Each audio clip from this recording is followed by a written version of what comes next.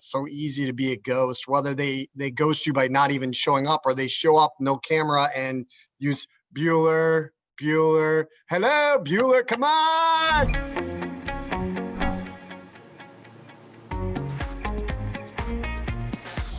It's hard. And I tell them that, like, if you're tired and you think it's hard, it's because it is. It's really hard. Most of us weren't trained to do this Zoom, and none of, 90% of us who are doing it now weren't. And so that's where the struggle is. And there's a whole bunch of like unknown. It's hard when you're a relationship-based teacher to have relationships over a screen. I'm Nicole Alvian, and I am a middle school teacher, and I teach in Worcester, Massachusetts. It is the second largest urban district in New England. I've noticed some of our students are thriving because the barriers are sort of being, changed a little bit. So we have new ones, right? Connectivity is a barrier, all the things you can imagine that people will say are challenges with remote learning. However, for some of our kids, their anxiety levels about coming to school have dropped. Their attendance is up. Their participation is a little more consistent because they have a safe way to answer in the chat, or they can do the raise hand feature, and they can be seen, but not necessarily seen. And we have a policy where cameras are optional, so they're not forced. So I think the comfort level is a little more better for kids, and they have more control over, when they decide to show themselves. It helps being familiar with the people in the group, but sometimes it helps to not know anyone in the group because there's no judgments. No one knows you. It's like a fresh start for everybody. So I've seen a lot of silver linings. There are more that I can think of, but those are the ones I see. The kids who are anxious, the kids who have the little engine in their bodies and they have a hard time sitting, they're not getting in trouble. They're not getting told to sit down.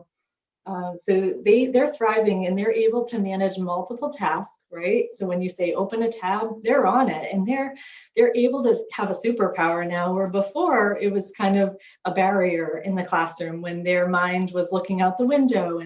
But now it's different. We can't control their bodies like we would in a classroom, and maybe that's a good thing for some of these kids. My name is Todd Block. I'm a 7th grade science teacher at Warren Woods Middle School here in Warren, Michigan. I'm also a trustee for the Association of Middle Level Educators.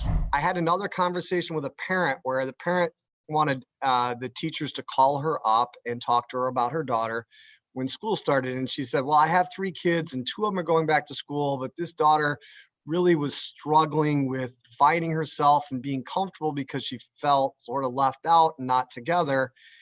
And she's really starting to blossom online because she can share her voice and she has the choices now, and she doesn't feel judged by the rest of the class. There aren't people looking at her and staring at her when they might not have even been judging her, but her perception of it is, I don't have to be in that class with all these other people where I feel inferior. I'm at home. And this mother was like, I have 2 daughters who are going back to school, and I have 1 daughter because I want her to regain her self-confidence to stay at home, and she really is doing pretty well. My name is Liz Peary. I teach 3rd grade at Northside Elementary in Midway, Kentucky. The day-to-day in virtual seemed pretty monotonous, just kind of the same thing every day. We're going to do this, because once I figured out what worked for my kids and for me, I didn't want to, reinvent the wheel. So let's keep going with what we're doing.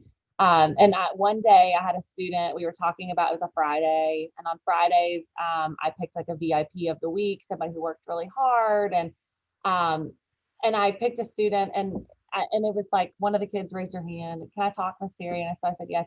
And she said, I also think that this student deserves VIP because, so she went into this whole like, well, because she answered all these great questions in math. Well, then all the other students kind of started chiming in, and the chat box is blowing up, like, congrats so-and-so on being VIP. And it was just kind of like that moment of like, kids are going to be kids, no matter if they're virtual or in person. They crave that interaction, not only with their teacher, but with each other.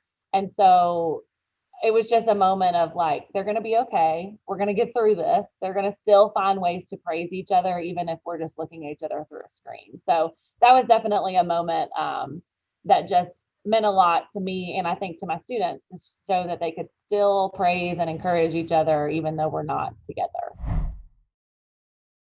My name is Erin McMahon, and I'm Senior Director of Impact and Education at EVERFI, where I lead our impact work in mental health, wellness, and social and emotional learning. thing I would encourage is to remember your why. Spend time, whether it's journaling, whether it's making a note in your phone, whether it's writing a letter to yourself 5 years in the future, sitting down to reflect on why you started doing the work that you're doing to begin with and the things about the work that you're doing that bring you joy. Then when you're having a tough time, going back and looking at that and reflecting on, these are my whys, this is why I'm doing what I do. What is your remote silver lining? Let us know in the comments below.